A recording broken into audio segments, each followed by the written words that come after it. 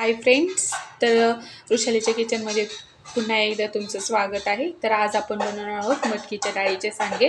ही मी 750 gram मटकीची डाळ घेतलेली आहे. हे 100 ग्रॅम चणा डाळ घेतलेली आहे आणि 100 ग्रॅम मुगाची डाळ घेतलेली आहे. आता आपण स्वच्छ धुवून 4-5 तासासाठी भिजत ठेवू. हे डाळी स्वच्छ 2-3 पाण्याने धुवून घेतल्या आहेत. 5 तास डाळी भिजवून घेतले आहेत आणि हे मी लसूण, मिरची, जिरे, लाल तिखट आणि मीठ घेतलेले आहे. आता आपण हे सर्व मिक्सरमधून ग्राइंड करून घेऊया. तर सर्वप्रथम आपण हे लसूण आणि मिरची मिक्सरमधून बारीक करून घेऊया. या डाळी पण आपण हे मिक्सरमधून रवाळ्या अशा बारीक करून घेऊया. तर बघा, असं मी मिक्सरमधून असं रवासर दळून घेतले आहे. आता आपण त्यामध्ये ही बारीक चॉप केलेली कोथिंबीर टाकणार आहोत.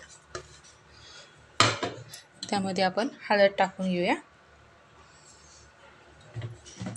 त्यामध्ये आपण लसूण, मिरची, जिरेचं वाटण टाकूया. त्यामध्ये आपण ही मिरची पावडर टाकूया. ही 2 चमचे आहे आणि 2 चमचे आपण त्यामध्ये मीठ टाकूया. मीठ कमी जास्त होऊ शकतं, तुम्ही चवीप्रमाणे मीठ टाकू शकता.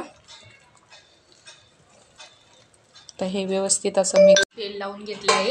आता आपण सांडगे करून घेऊया. असे हळूहळू ताटात सोडायचे.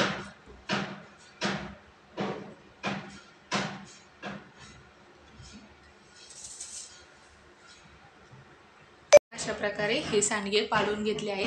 आता आपण ते उन्हात चांगले सुकून घेऊया. बघा, असे आपले सांडगे तयार झालेले आहेत. मी हे 4-5 दिवस उन्हामध्ये चांगले वाळवून घेतलेले आहे. तर बघा, असे किती छान वाळलेले आहेत आपले सांडगे. तर आपण आता ह्याची भाजी करून बघूया. मी असा तवा गरम करायला ठेवला आहे. आता आपण त्यामध्ये हे सांडगे छान भाजून घेऊया.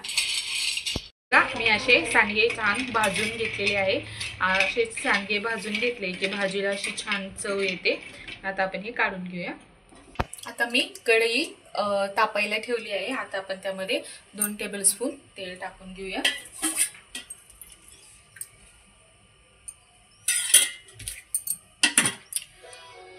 आता आपण त्यामध्ये कढीपत्ता टाकूया.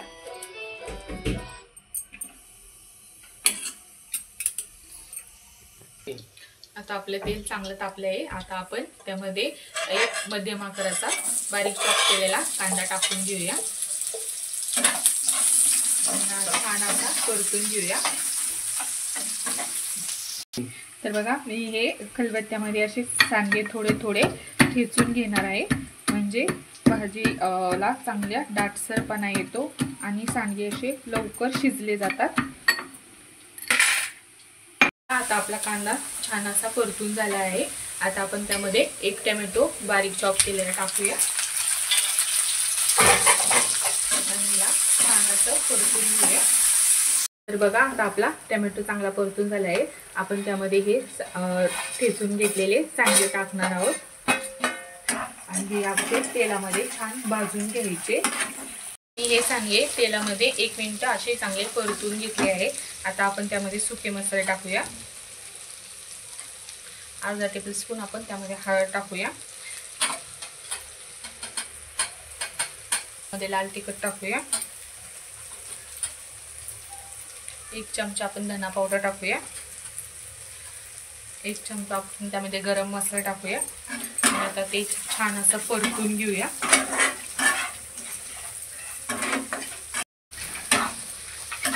तर बघा, आता आपण हे छान मसाले परतून घेतले आहेत. हे मी 1 तांब्या पाणी गरम करायला ठेवले होते, ते आपण त्यामध्ये टाकून घेऊया. आता जरी हे खूप पातळ वाटत असलं तरी ते शिजल्यानंतर भाजीला चांगला दाटसरपणा येतो. आता आपण हे 10-15 मिनिटांसाठी शिजवून घेऊया.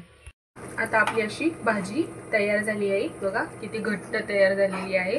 आता आपण ती सर्व करून घेऊया. बघा, अशी आपली भाजी छान तयार झालेली आहे. सांडगे अशी खूप चविष्ट अशी आणि टेस्टी अशी भाजी तयार झालेली आहे छान. तर तुम्ही ती भाकरीसोबत किंवा भातासोबत पण खाऊ शकता. जर तुम्हाला माझी रेसिपी आवडली असेल तर प्लीज लाईक करा, शेअर करा अँड सबस्क्राईब करा.